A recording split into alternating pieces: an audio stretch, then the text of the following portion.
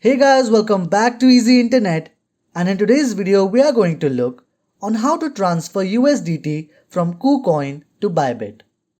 First, open up your Bybit account and tap on Assets, then tap on Deposit and tap on Deposit Crypto. On the search bar, search USDT and tap on USDT.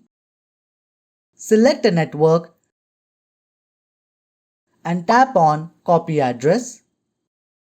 Now open up Kucoin and tap on Assets, then tap on Funding on the top, then tap on Withdrawal, search USDT and tap on it.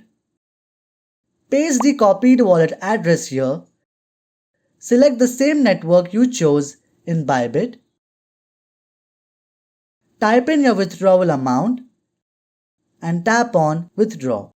Once you tap on Withdraw, you will need to confirm your order, and once you confirm it, within few minutes, your crypto will be transferred to your Bybit account. I hope this video has helped you.